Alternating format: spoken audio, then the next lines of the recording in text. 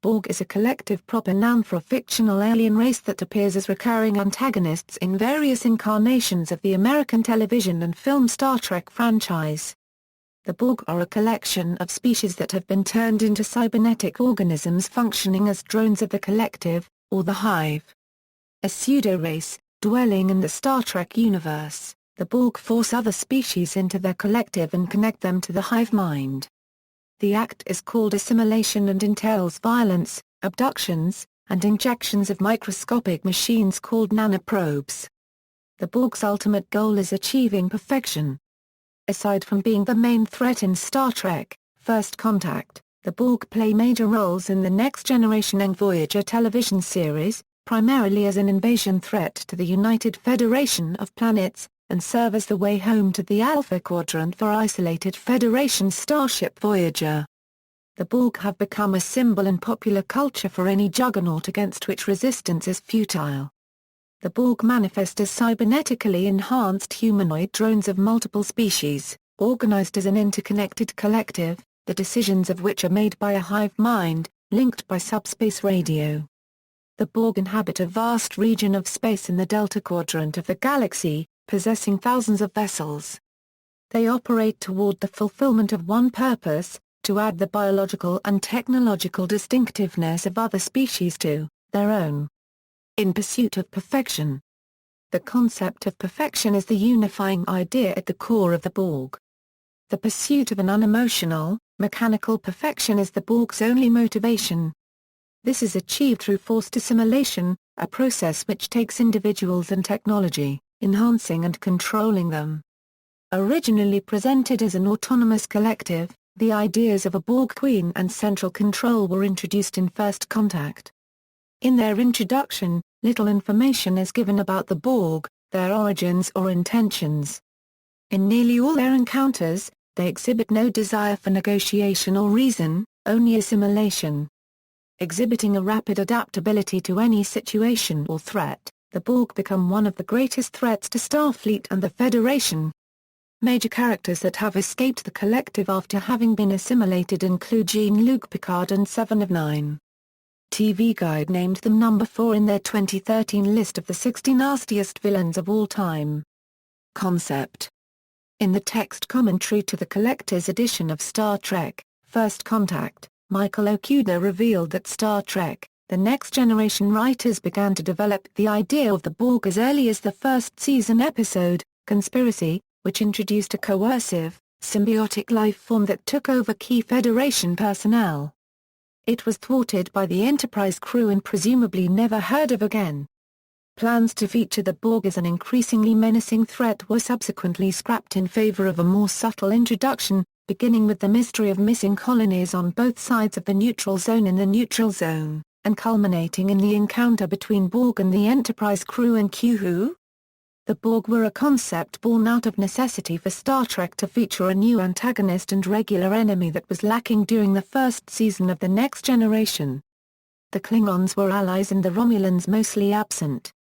The Ferengi were originally intended as the new enemy for the United Federation of Planets, but their comical, unintimidating appearance and devotion to capitalist accumulation by Free Enterprise failed to portray them as a convincing threat.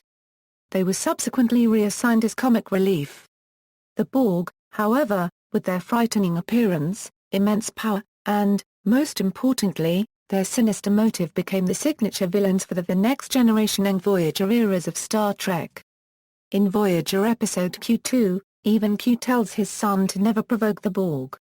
Resistance is futile, individual Borg rarely speak. Instead they send a collective audio message to their targets, stating that resistance is futile, generally followed by a declaration that the target in question will be assimilated and its biological and technological distinctiveness will be added to their own. The exact phrasing varies and evolves over the various series episodes and film. One phrase, from Star Trek, The Next Generation, is: "We are the Borg. Your biological and technological distinctiveness will be added to our own. Resistance is futile." The complete phrase used in Star Trek, First Contact, as performed by Jeff Coopwood is: "We are the Borg.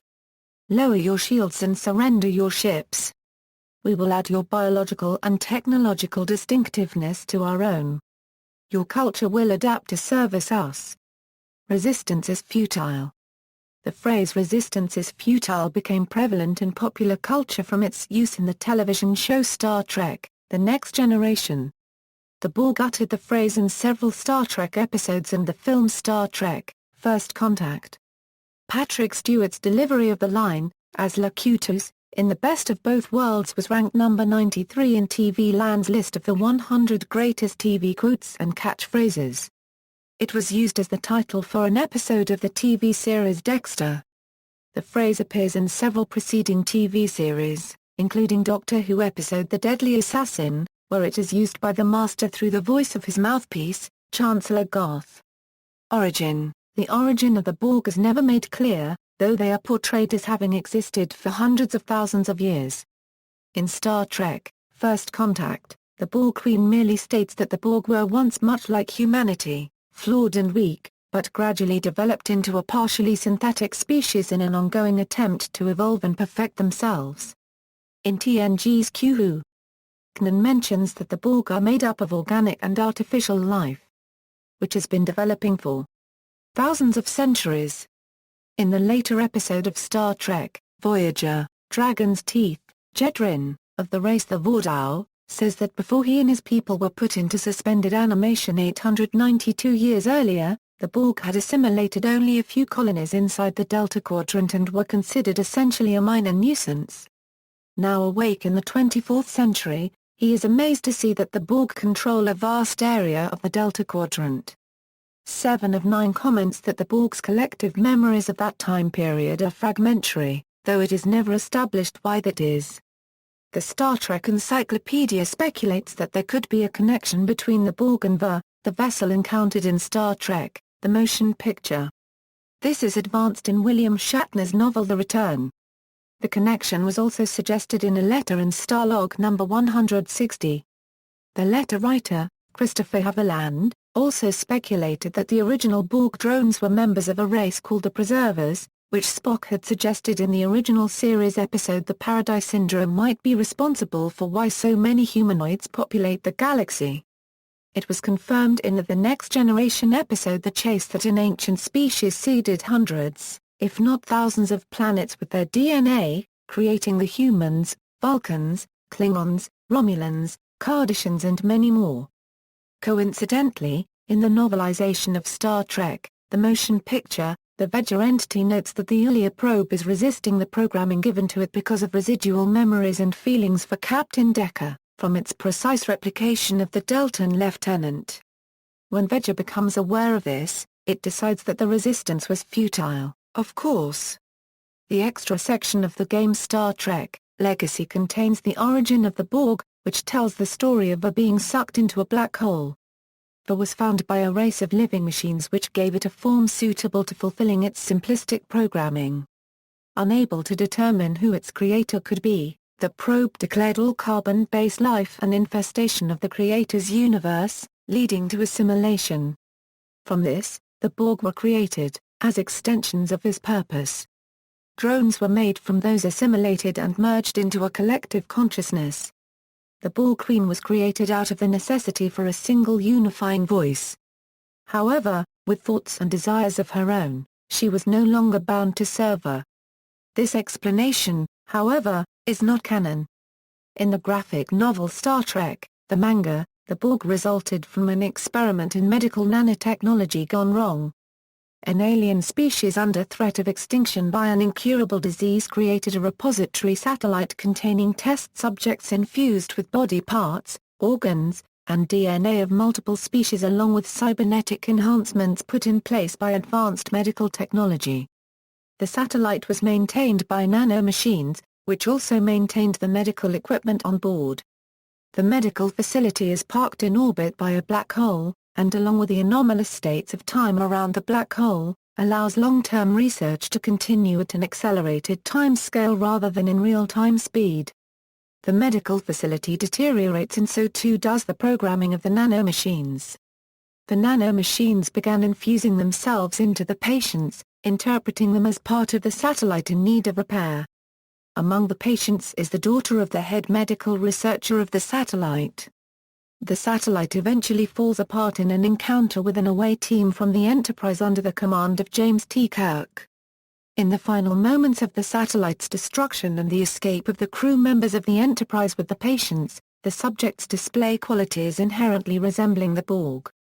Injection of nanomachines in a fashion like assimilation, rapid adaptation to weaponry, and a hive mind consciousness, as all the subjects begin following the whim of the daughter. As succumbing to the disease was inevitable, and the corrupt nanomachine programming infused itself into the bodies, the final image of the page of the manga Borg Origin is left with the daughter turned Borg Queen, stating, "Resistance is futile." This origin story shares many similarities with that of the replicators from Stargate SG-1. In the novel Lost Souls, the Borg are revealed to be the survivors of the Keelia city Mantalis. Thrown across the galaxy in the Delta Quadrant and back in time to approximately 4500 BC by the destruction of Erigel at the climax of Gods of Night, the first book in the trilogy, a group of human survivors from the starship Columbia NX-02 and Keelia scientists try to survive in a harsh Arctic climate. Most of the human survivors die of exposure, while several Keelia are absorbed into their race's gestalt to give life to the others in their group mind. The Keelia offer the remaining humans a merging of human and Keelia, to allow both groups to survive. The human survivors are resistant, and as time goes on, the Keelia called Sedan becomes the sole survivor of her group, her mental processes and her form both degrading as time goes on. When the humans return to Sedan for help, she forces them to merge with her, unwilling to allow herself to die when a union can save her life. The forced merging of the humans and the mostly decayed Keelia results in the creation of the first Borg, the name being created due to the fragmented thought of the first drone as he was assimilated. The Gestalt group mind is perverted to become the collective, driven by Sedan's desperate hunger and need to add the strength, technology and life force of others to her own. Ironically, while the Keelia array albeit accidentally involved in the creation of the Borg, they also provide the means to end it. In the 24th century, the Keelia absorbed the entire Borg Collective back into themselves, ending the cyborg's centuries-long reign of terror. Characteristics: Unicorn Plex. The Unicorn Plex is a location in the fictional Star Trek universe that is used as a Borg central base. The Unicorn Plex is located in an unknown area of the Delta Quadrant. It is a center of all processing activity for the Borg Collective, and is the home of a Borg Queen. The Unicorn Plex resembles a patchwork-like collection of thousands of cubes, connected by assorted conduits and transportation hubs. Borg cubes frequently cross into and out of the Unicorn Plex on their way to other parts of the galaxy, using transwarp conduits. The Unicorn Plex primarily appears in the episodes leading towards the conclusion of Star Trek, Voyager. The Unicorn Plex was destroyed in 2378 after the Borg Queen assimilated a neurolytic pathogen from the future Admiral Catherine Janeway, who had traveled back in time, as seen in the Star Trek, Voyager series finale, Endgame. General design: though Borg rarely look alike, they share several common characteristics. Borg commonly have one eye replaced with a sophisticated ocular implant which allows them to see beyond the human visual spectrum. This implant usually projects a red laser beam, particularly in later appearances. They also usually have one arm replaced with a prosthetic one, bearing one of a variety of multi-purpose tools in place of a humanoid hand, and flat white skin, giving them an almost zombie-like appearance. This skin was originally dry and human-looking, but it later had a more slick look to it, with veins showing. Due to their cybernetic enhancements, all Borg are far stronger than humans to varying degrees. However, they never run to their destination, and hence most species can outpace them. Borg drones are resistant to phaser fire, being completely immune to the stun setting. In addition, all Borg drones possess personal shielding which collectively adapts to phaser fire. In various episodes, phasers tend to become ineffective after a dozen shots at most, depending on the settings and time between shots. Phaser frequencies can be altered to penetrate the shield, but the Borg adapt more quickly with each change in modulation. Due to this, crews have been known to employ a variety of other countermeasures such as holodeck-generated bullets and melee weapons, as demonstrated in Star Trek: First Contact. The Borg hive mind can lead to certain downsides. Borg drones have a weakness in that they will usually ignore anything which does not present itself as a direct threat, allowing armed but passive Starfleet crew to walk among them relatively unscathed until threatening behavior was observed. The most important cybernetic component of any Borg is their Cortical Node, which controls every other implanted fixed-location cybernetic device within a Borg's body, and is most often implanted in the forehead above the usually retained organic right eye. If the cortical node fails, the afflicted individual Borg eventually dies, as it cannot be replicated or repaired. However, successful replacement of the node can be carried out on a Borg vessel if the failure is detected promptly before the afflicted Borg's impending death. Assimilation. Assimilation is the process by which the Borg integrate beings, cultures and technology into their collective. You will be assimilated is one of the few on-screen phrases employed by the Borg when communicating with other species. The Borg are portrayed as having encountered and assimilated thousands of species and billions to trillions of individual life forms throughout the galaxy. The Borg designate each species with a number assigned to them upon first contact. When first introduced, the Borg are said to be more interested in assimilating technology than people, roaming the universe as single-minded marauders that have assimilated starships, planets, and entire societies in order to collect new technology. They are discriminating in this area, finding certain races, for example the Kazan, to be technologically inferior and not worthy of assimilation. A Borg infant found aboard the first cube introduced shows that the Borg will even assimilate the children of a conquered race. In their second appearance, The Best of Both Worlds, they capture and assimilate Captain Jean-Luc Picard into the collective by surgically altering him, creating locutors of Borg, meaning he who has spoken, or he who speaks, in Latin, fitting as he speaks to Federation humans for them. After this, life-form assimilation becomes much more prominent in their overall behavior. The method of assimilating individual life forms into the collective has been represented differently over time, only consistent in that infant and fetal humanoids have been grown in an accelerated state and surgically receive implants connected directly into the brain, as well as ocular devices, tool-enhanced limbs, armor, and other prosthetics. In Star Trek: First Contact, the method of adult assimilation is depicted with the more efficient injection of nanoprobes into the individual's bloodstream through a pair of tubules that spring forth from the drone's hand. Assimilation by tubules is depicted on screen as being a fast-acting process, with the victim's skin pigmentation turning gray with visible dark tracks forming within moments of contact. The individual is then taken away for complete assimilation by drones. The Borg are neither male nor female and individuals' reproductive systems are removed during the process of assimilation. The individual has all traces of individuality removed and implants are attached to the new drone so it can become an integrated part of the collective. This method of assimilation is also shown to be much more surgical in nature. In Star Trek: First Contact, a captured crew member is shown to have a forearm and an eye physically removed and replaced with cybernetic implants. Because assimilation depends on nanoprobes, species with an extremely advanced immune system are able to resist assimilation. Thus far, species 8472 are the only race shown to be capable of completely rejecting assimilation attempts. Phlox was able to partially resist the assimilation process in the Star Trek Enterprise episode Regeneration. Nanoprobes are microscopic machines that inhabit a Borg's body, bloodstream, and many cybernetic implants. The probes perform the function of maintaining the Borg's cybernetic systems, as well as repairing damage to the organic parts of a Borg. They generate new technology inside a Borg when needed as well as protecting them from many forms of disease and virus. Borg nanoprobes, each about the size of a human red blood cell, travel through the victim's bloodstream and latch onto individual cells.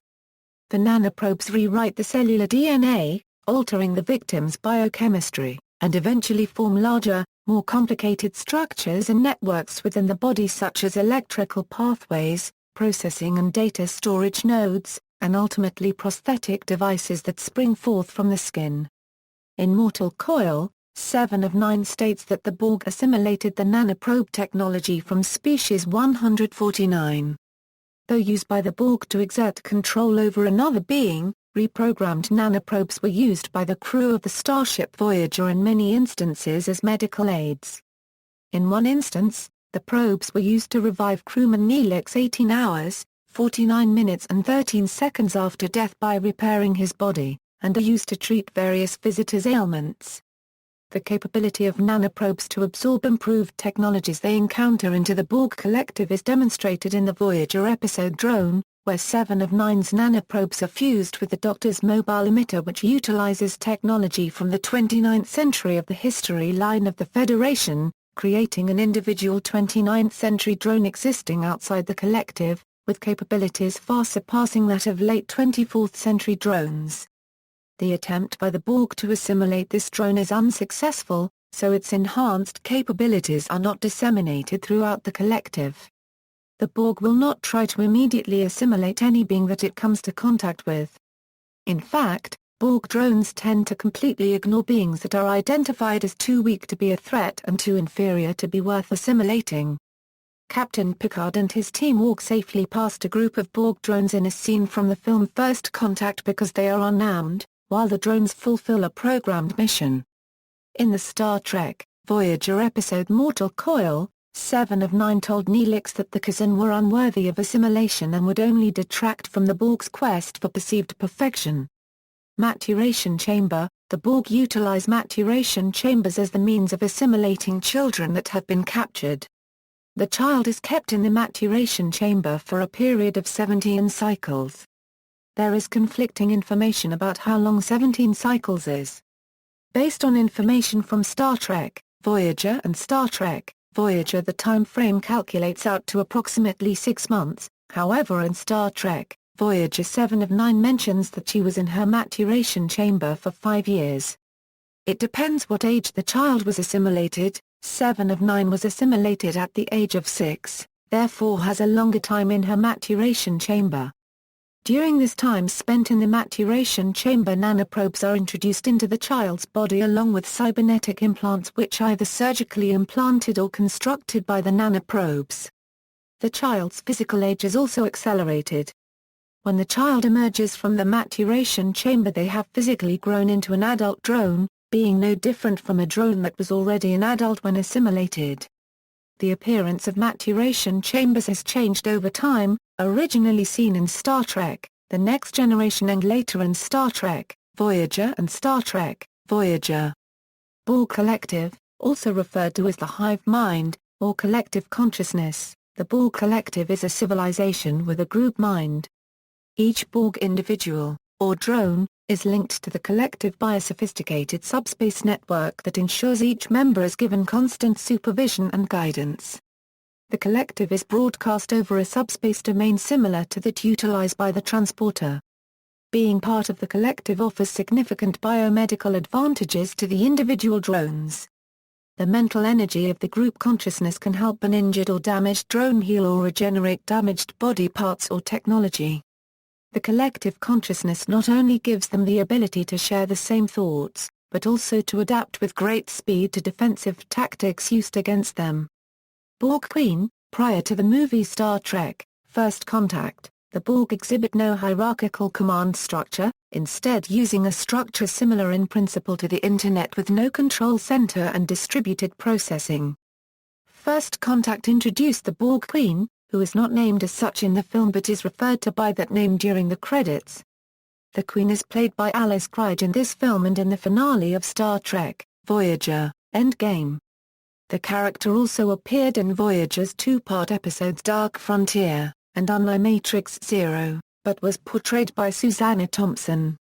It is never confirmed whether or not all of these appearances represent exactly the same Queen. The Borg Queen is the focal point within the Borg collective consciousness and a unique drone within the collective, who originates from species 125, that brings order to chaos, referring to herself as we, and I interchangeably. In First Contact, the Queen's dialogue suggests she is an expression of the Borg collective's overall intelligence. Not a controller but the avatar of the entire collective as an individual. This sentiment is contradicted by Star Trek, Voyager, where she is seen explicitly directing, commanding, and in one instance even overriding the collective. She also identified herself as having originally been a member of Species 125. The introduction of the Queen radically changed the canon understanding of the Borg function. Some fans consider the Borg Queen nothing more than an illogical plot device designed to make for good theatre. In First Contact, the Borg Queen is seen as apparently present during Picard's former assimilation at the start as flashbacks in Picard's mind, and was believed destroyed along with that Borg cube years earlier. Here, she instead directs her attentions to Data. After he is captured by her drones, she tries to tempt him to join her by playing on his desire to be more human. She claims that she desires a semi-independent non-Borg being as an intellectual companion. This Queen is partially destroyed when her organic components are liquefied as a result of Data rupturing one of the Enterprise's warp-core plasma coolant conduits. Picard finishes her off by breaking her spinal column with his own hands. The Queen is also destroyed in the Voyager episode Endgame. In the Star Trek, The Experience attraction The Borg Invasion 4D, the Borg Queen reappears after Voyager returns to the Alpha Quadrant, but as Admiral Janeway attempts to kill her, she activates a transporter, allowing herself to survive. In the post-Star Trek Nemesis novels, the Borg Queen is not a single, irreplaceable entity, but the product of a program called the Royal Protocol that shares its name with a Starfleet document outlining requirements when dealing with foreign royalty. This program is used to create a Borg Queen from any female Borg, commanding the technology within her to alter and adapt to the protocol's specifications. In the relaunch novels, one of the leaders of Starfleet intelligence gets her hands on the Royal Protocol and, with the use of an emergency medical hologram, turns herself into a new kind of Borg Queen who cares about and loves her drones. Alternatively, in the game Star Trek Legacy, bonus content unlockable throughout the course of the game offers further information on the role of the Queen.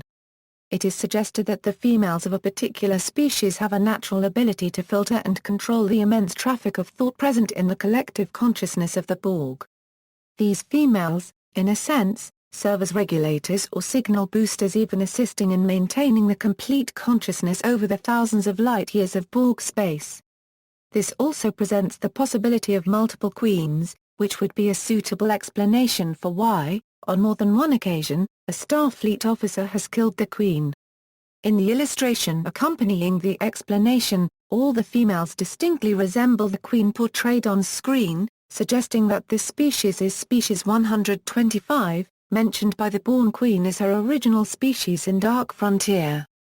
In the novel Before Dishonor by Peter David, Admiral Janeway is assimilated while exploring the supposedly dead Borg supercube and is later transformed into the Borg Queen. She is later stopped by Seven of Nine, who introduced a virus into the Borg ship. This leads up to the events of the Destiny trilogy. In the Mirror Universe novella The Worst of Both Worlds by Greg Cox, the Borg are led by a king.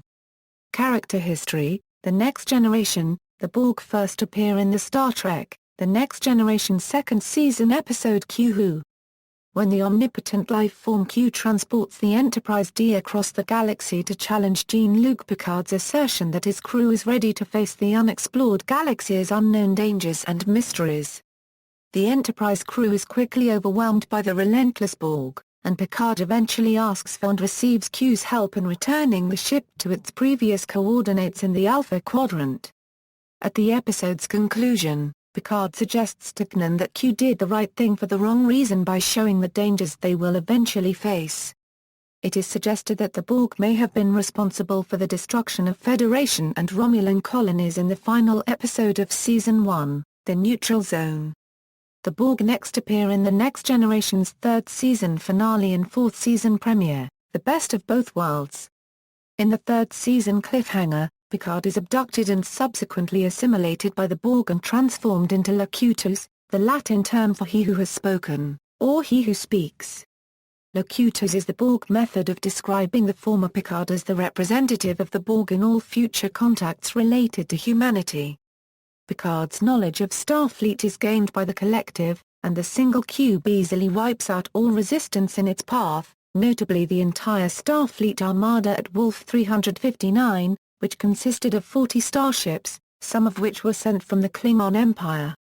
The Enterprise crew manages to capture Locutus and gain information through him which allows them to destroy the cube.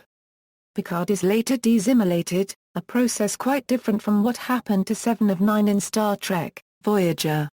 In the 5th season episode I, Borg, the Enterprise crew rescues a solitary Borg who is given the name Hugh by Chief Engineer Geordi LaForge. The crew faces the moral decision of whether or not to use Hugh as an apocalyptic means of delivering a devastating computer virus that would theoretically destroy the Borg, or to humanely allow him to return to the Borg with his individuality intact. They decide to return him without the virus. This is followed up in the 6th season Cliffhanger Descent, which depicts a group of rogue Borg who had assimilated individuality through Hugh. These rogue Borg fell under the control of the psychopathic android Lore, the older brother of Data. In cult leader-like fashion, Lore had manipulated them into following him by appealing to their restored emotions and exploiting their newfound senses of individuality and fear, hoping to turn them on the Federation. Lore also corrupts Data through the use of the emotion chip he had stolen from Nawani and Sung. In the end, Data's ethical subroutines are restored and he manages to deactivate Lore after a battle in which a renegade Borg faction led by Hugh attacks the main complex.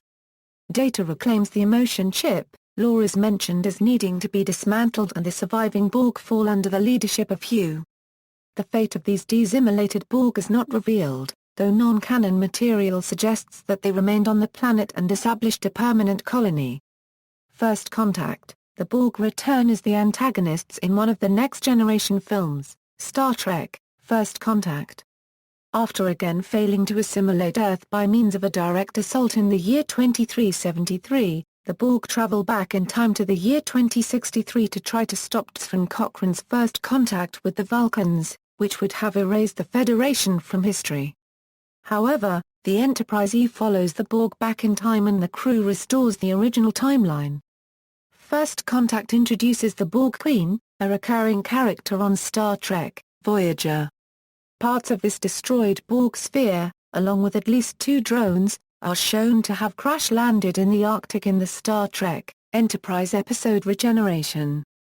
Deep Space Nine, the only appearance the Borg made on this series was in the premiere episode Emissary. Benjamin Sisko was an officer on the USS Saratoga, one of the ships in the Starfleet Armada dispatched to Wolf 359. The Saratoga was hailed by the Borg cube with Locutus speaking as their representative. The Borg opened fire on this Saratoga, leading to the deaths of most of the ship's personnel, including Sisko's wife Jennifer. This created great resentment in Sisko when dealing with Picard. For Sisko, Picard was the living embodiment of the suffering the Borg inflicted at Wolf 359, making their meeting an emissary tense when Picard gave Sisko his orders for taking over the station.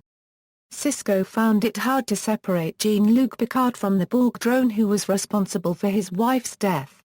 Despite their absence for the vast majority of the series beyond the pilot, references to the Borg, as well as the Wolf 359 massacre, are made occasionally throughout the series. In fact, the USS Defiant, a primary starship setting from the 3rd season onwards, is explicitly stated to have been designed as a countermeasure against the Borg. In addition, the battle from Star Trek, First Contact is used as a plot point in Season 5 as Starfleet is spread thin to deal with a Dominion incursion.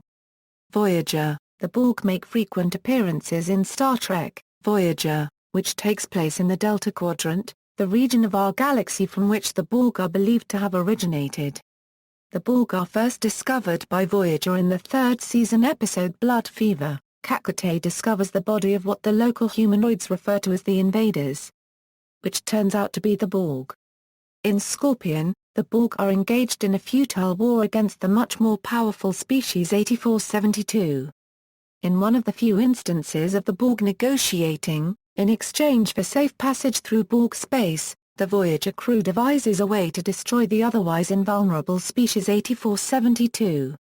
A Borg drone, 7 of 9, is dispatched to Voyager to facilitate this arrangement as Captain Janeway refuses to allow the Borg to use neural implants for communication with the Voyager crew.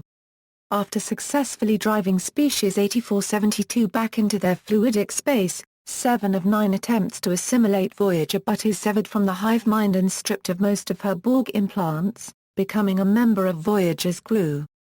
7 of 9's rediscovery of her humanity becomes a recurring theme throughout the series.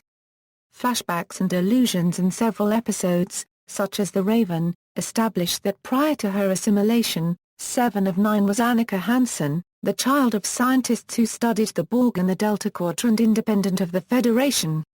In Drone, an advanced Borg drone is created when 7 of 9's nanoprobes are fused with the Doctor's mobile emitter in a transporter accident.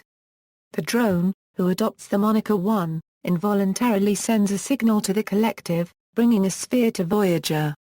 1 destroys the Borg ship and lets himself die to protect Voyager from further Borg pursuits. In Infinite Regress it was revealed that all Borg starships have a device called a vinculum which connects all the minds of the drones, eliminates individual thoughts, and disseminates information to the Borg Collective.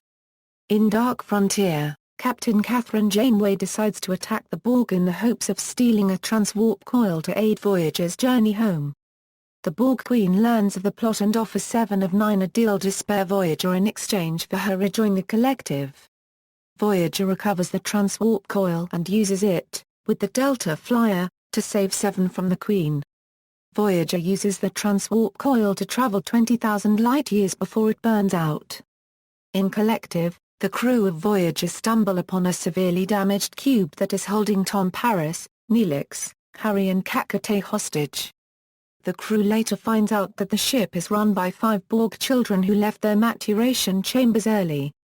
There are no living adult drones on board the ship due to a pathogen that somehow infected the entire vessel. The children sent a message to the Collective that they were attacked. The Collective replied and told them they were irrelevant. 7 of 9 is sent to assist in repairs and negotiate a trade for the prisoners. However, Voyager is soon attacked by the cube when the Borg children attempt to rip the main deflector off of the hull so they can rejoin the Collective. When the cube's leader dies, 7 takes the children onto Voyager, has their non-essential Borg components removed prior to most returning to their home planets. Some however choose to stay and become part of the crew. In Q2, Q's son places Voyager in danger and brings Borg onto the ship. Q intercedes, saves Voyager and angrily warns his son about provoking the Borg. In the Voyager finale, Endgame, an elderly Admiral Janeway from the future travels back in time, to aid in Voyager's return to the Alpha Quadrant through the use of a Borg transwarp hub. The hub is one of 6 such structures scattered across the galaxy, which allow Borg ships to traverse galactic distances in minutes. The future Janeway allows herself to be assimilated, delivering a neurolytic pathogen that disrupts the Queen's link to the Collective. The elder Janeway thus kills the Queen and helps buy time for the young Janeway to destroy the Borg Unicorn Plex. Voyager uses the transwarp hub to travel back to the Alpha Quadrant, destroying it as they do. On the way, a Borg sphere pursues and captures Voyager, but upon arrival at Earth, is destroyed from the inside by Voyager's transphasic torpedo. Enterprise. In the Enterprise episode Regeneration, the remnants of the destroyed sphere from Star Trek, First Contact are discovered in the Arctic along with 2 frozen drones. Once unearthed, the Borg quickly revive and assimilate the human scientists who found them before stealing an unarmed research ship, modifying it to match Starfleet technology in a matter of hours. The drones manage to send a transmission toward the Delta Quadrant before they are destroyed. According to dialogue, their transmission would reach its destination in 200 years, essentially establishing a closed time loop with the events of Q, explaining why the cube in the latter episode was already en route to Earth. Although the Borg never identify themselves as such in dialogue, the episode's events prompt characters to allude to Tsvon Cochrane's claims that strange cybernetic creatures from the future tried to interfere with First Contact. Writers Judith and Garfield Reeves-Stevens developed an unproduced idea for an episode which would have featured Alice Krige as a Starfleet medical technician who encounters the Borg and is assimilated thereby becoming the Borg Queen. Other media. In the non-canonical Star Trek, the manga story Side Effects written by Chris Dowse, the crew of the Enterprise under James T. Kirk discovers an alien station operating near a black hole. The commander of the station appears to be abducting races in a desperate attempt to cure a strange plague among his people. Using his own daughter as a guinea pig, he is able to create a cure for the plague, though the end result is always assimilation into the consciousness of his daughter, the future Borg Queen, for those cured. In the Star Trek novel Probe, which takes place following the events of Star Trek IV, The Voyage Home, the Borg are mentioned obliquely in communication with the whale probe as spacefaring mites, who traveled in cubical and spherical spacefaring vessels.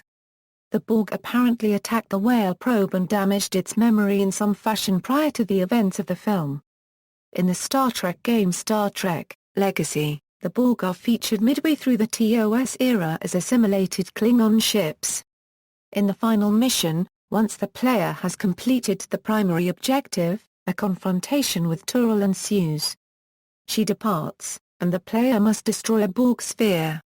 The Peter David novel Vendetta reveals that the planet killer weapon from the original series episode The Doomsday Machine is a prototype for a weapon against the Borg, with a woman whose race were destroyed by the Borg trying to use the weapon against them despite the damage she will cause on her journey due to its need to consume planets. David revisited this concept in a 2007 sequel novel, Before Dishonor, which features the Enterprise E working with Spock and Seven of Nine to reactivate the original planet killer to stop the Borg.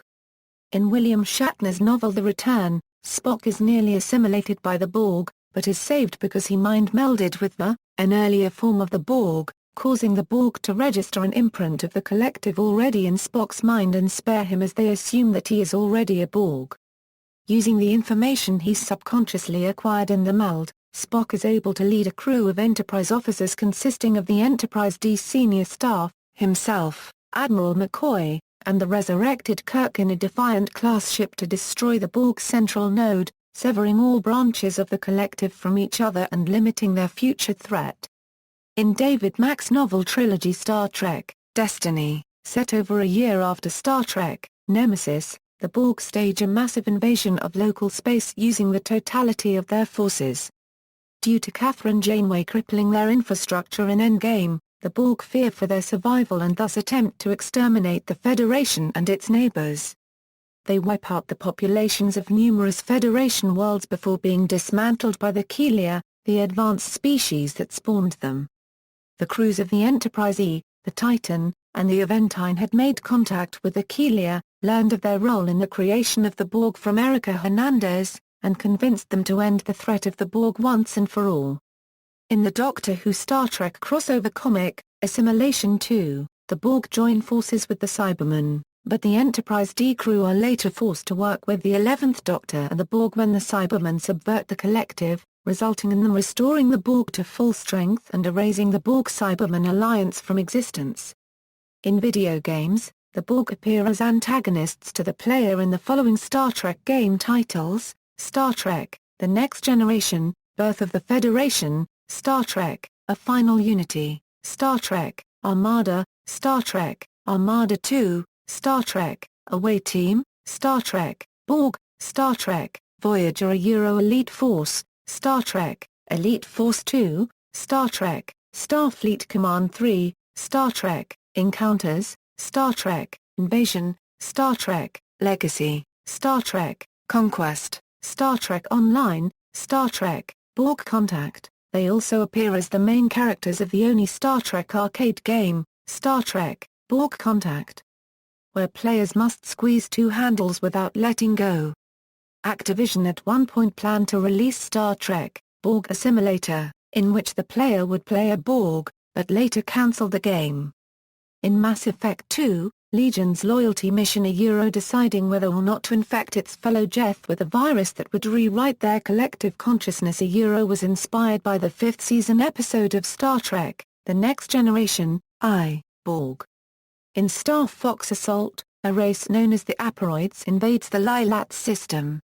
Their goal is to assimilate all living organisms and mechanical devices, much like the Borg. However, instead of cyborg humanoids, Aporoids are insect-like creatures. The Groks from the game spore from electronic arts are very similar to the Borg. The Zerg from StarCraft universe, although biological, share some traits with the Borg, such as evolution through assimilation of other species with goal of achieving perfection, ruling Queen from some point in storyline, and hive mind. Critical reception, the depiction of the Borg Cube and Q who garnered the episode an Emmy Award nomination. See also, List of fictional assimilating races, Cyberman, Notes. References. Further reading, Patrick Thordeus Jackson and Daniel H. Nexon, Representation is Futile? American Anti-Collectivism and the Borg in J. Wells, ed., To Seek Out New Worlds, Science Fiction and World Politics. 2003. New York, Palgrave Macmillan. ISBN 0-312-29557 XPPA 143 Thomas A. Georges. Digital Soul, Intelligent Machines and Human Values. Boulder, Westview. ISBN 0-8133-4057-8. PA 172. External links, Borg at Memory Alpha, Borg documentary at the Star Trek website, Borg article at the Star Trek website.